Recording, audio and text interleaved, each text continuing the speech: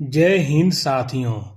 क्या आपने कभी सोचा है कि इस देश में आज भी करोड़ों बच्चे ऐसे हैं जो स्कूल के बाहर खड़े होकर कांच से अंदर झांकते हैं, लेकिन उनके पास किताब नहीं होती, यूनिफॉर्म नहीं होती और फीस भरने के पैसे भी नहीं होते। क्या एक गरीब बच्चा सिर्फ इसलिए अनपढ़ रहेगा क्योंकि उसके माता पिता गरीब हैं? अगर मैं आपसे कहूं कि भारत के संविधान ने हर बच्चे को मुफ्त और अनिवार्य शिक्षा का अधिकार दिया है, तो क्या आप मानेंगे? और अगर यह सच है, तो फिर आज भी लाखों बच्चे स्कूल से बाहर क्यों हैं? आज हम जानेंगे उस कानून की सच्चाई जिसे भारत में शिक्षा को दान नहीं बल्कि अधिकार बना दिया। यह वीडियो आपको बताएगा आरटीई एक्ट क्या है, कब और क्यों बना, इससे बच्चों को क्या अधिकार मिलते हैं और सबसे बड़ा सवाल, क्या सरकार सच में इसे लागू कर रही है। वीडियो को अंत तक देखिए, क्योंकि अंत में मैं आपसे एक ऐसा सवाल पूछूंगा जो शायद आपकी सोच बदल दे। आरटीई एक्ट का इतिहास। आज हम जिस स्कूल सिस्टम को देखते हैं वह पहले केवल अमीरों और उच्च वर्ग के लिए था। ब्रिटिश काल में शिक्षा एक विशेष वर्ग तक सीमित थी। गरीब, दलित, आदिवासी बच्चों के लिए स्कूल जाना लगभग असंभव था। जब भारत आज़ाद हुआ 1947 में, तब देश में साक्षरता दर सिर्फ 12% थी, यानी 100 में से 88 लोग पढ़ नहीं सकते थे। तब देश के नेताओं ने सोचा, अगर भारत को आगे बढ़ाना है तो शिक्षा सबके लिए होनी चाहिए। जब भारतीय संविधान बना तो उसमें शिक्षा को डायरेक्टिव प्रिंसिपल्स में रखा गया। अनुच्छेद 45 में लिखा गया, राज्य 14 वर्ष तक के सभी बच्चों के लिए मुफ्त और अनिवार्य शिक्षा प्रदान करेगा। लेकिन यह सिर्फ एक सुझाव था, कानूनी अधिकार नहीं। सरकारें बदलती रहीं, लेकिन बच्चों का भविष्य नहीं बदला। 1993 में सुप्रीम कोर्ट ने एक ऐतिहासिक फैसला दिया। मोहिनी जैन बनाम कर्नाटक सरकार केस में कोर्ट ने कहा, शिक्षा का अधिकार जीवन के अधिकार आर्टिकल 21 का हिस्सा है। इसके बाद 2002 में संविधान में संशोधन हुआ। 86वां संविधान संशोधन 2002। इस संशोधन से बना अनुच्छेद 21A 6 से 14 वर्ष के हर बच्चे को मुफ्त और अनिवार्य शिक्षा का अधिकार होगा।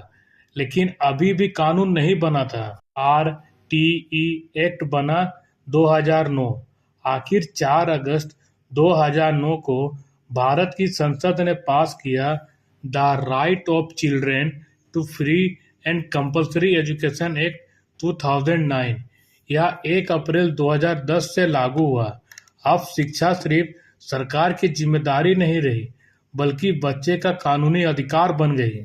आरटीई का मकसद था हर बच्चे को स्कूल तक पहुंच, बिना फीस, बिना भेदभाव, गुणवत्तापूर्ण शिक्षा, ड्रॉप आउट रोकना, बाल मजदूरी खत्म करना। आरटीई एक्ट लागू होता है 6 से 14 साल के बच्चों पर, सरकारी स्कूलों में और प्राइवेट स्कूलों के 25% सीटों पर। 25% ईडब्ल्यूएस कोटा क्या है? आरटीई के तहत हर प्राइवेट स्कूल को अपनी कक्षा 1 में 25% सीटें आर्थिक रूप से कमजोर बच्चों के लिए रखनी होती है। यह इतिहास में पहली बार हुआ जब प्राइवेट स्कूलों को गरीब बच्चों के लिए दरवाजा खोलना पड़ा। एग्जाम्पल के रूप में मान लीजिए, राहुल एक मजदूर का बेटा है। उसकी पिता की सालाना आय 1 लाख है। पास में एक अच्छा प्राइवेट स्कूल है जहां सालाना फीस 40,000 है। राहुल कभी वहां पढ़ नहीं सकता था, लेकिन आरटीई के तहत वह उसी स्कूल में मुफ्त पढ़ सकता है, फीस सरकार देगी। क्या हर बच्चा प्राइवेट स्कूल में मुफ्त पढ़ सकता है? नहीं, सिर्फ ईडब्ल्यूएस और डिसएडवांस्ड ग्रुप। क्या स्कूल मना कर सकता है? कानूनन नहीं, क्या किताब यूनिफॉर्म भी मुफ्त है सरकारी स्कूलों में? हाँ। अगर कानून है, अधिकार है, तो फिर भी भारत में 2 करोड़ से ज्यादा बच्चे स्कूल से बाहर क्यों हैं? क्या गलती सरकार की है या समाज की या हमारी? इसका जवाब आपको मिलेगा आने वाले वीडियो में। आरटीई एक्ट के मुख्य अधिकार। पहला, मुफ्त शिक्षा का अधिकार। 6 से 14 साल के हर बच्चे को ट्यूशन फीस नहीं, प्रवेश शुल्क नहीं, परीक्षा शुल्क नहीं, यूनिफॉर्म, किताबें, स्टेशनरी सरकारी स्कूल में मुफ्त। कोई भी स्कूल पैसे के बहाने मना नहीं कर सकता। दूसरा, जबरन निकाला नहीं जा सकता। आरटीई के तहत किसी बच्चे को फेल नहीं किया जा सकता। 8वीं तक डिटेन नहीं कर सकते। परीक्षा में कम नंबर पर स्कूल से निकाल नहीं सकते। उद्देश्य है बच्चा डर के कारण पढ़ाई ना छोड़े। तीसरा, पास का स्कूल। सरकार की जिम्मेदारी है कि हर बच्चे को उसके घर से 1 किलोमीटर के अंदर प्राथमिक स्कूल और 3 किलोमीटर के अंदर उच्च प्राथमिक स्कूल मिले। अगर नहीं है तो सरकार को बनाना होगा। चौथा, समानता का अधिकार। कोई स्कूल यह नहीं कह सकता तुम गरीब हो, तुम दलित हो, तुम मुस्लिम आदिवासी हो। भेदभाव करना अपराध है। हर निजी स्कूल को 25% सीटें ईडब्ल्यूएस डिसएडवांस बच्चों के लिए रखनी होगी। उनसे फीस नहीं ले सकते। सरकार बाद में भुगतान करती है। अगर स्कूल मना करे तो यह कानून का उल्लंघन है। उदाहरण के तौर पर सीमा एक घरेलू कामगार की बेटी है। उसके पास पढ़ाई छोड़ने के अलावा कोई रास्ता नहीं था, लेकिन आरटीई की मदद से वह अब एक अच्छे इंग्लिश मीडियम स्कूल में पढ़ रही है। आज वह डॉक्टर बनने का सपना देख रही है। क्या प्राइवेट स्कूल बच्चों को अलग बैठा सकते हैं?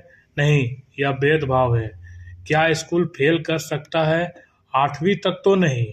अगर स्कूल मना करे तो जिला शिक्षा अधिकारी में शिकायत करें। अब सवाल यह है, अगर कानून इतना मजबूत है तो फिर स्कूल इसका पालन क्यों नहीं करते? आज हम जानेंगे स्कूल कैसे आरटीई से बचते हैं, गरीब बच्चों को कैसे रोका जाता है और सिस्टम क्यों आंख बंद कर लेता है। स्कूल की चालें। पहला है, सीटें होने के बाद भी सीट नहीं है। कई स्कूल कहते हैं आरटीई की सीटें भर गई हैं, लेकिन असल में वे सीटों की जानकारी छुपाते हैं, ऑनलाइन पोर्टल अपडेट नहीं करते। दूसरा, गलत डॉक्यूमेंट बहाना। बच्चों में ऐसे कागज मांगते हैं जो कानून में जरूरी नहीं। बिजली bill, bank statement, salary slip, ताकि गरीब माता पिता पीछे हट जाए। तीसरा, इंटरव्यू और टेस्ट। आरटीई के तहत बच्चे का इंटरव्यू नहीं, माता पिता का टेस्ट नहीं, फिर भी कई स्कूल ऐसा करते हैं। चौथा, अलग क्लास, अलग ट्रीटमेंट। कुछ स्कूल आरटीई बच्चों को अलग बेंच पर बैठाते हैं, अलग यूनिफॉर्म पहनाते हैं, अलग टॉयलेट इस्तेमाल करवाते हैं। यह मानसिक उत्पीड़न है। एक रियल घटना है। दिल्ली की एक बच्ची को स्कूल ने कहा, तुम आरटीई की हो, तुम हमारे स्टूडेंट नहीं हो।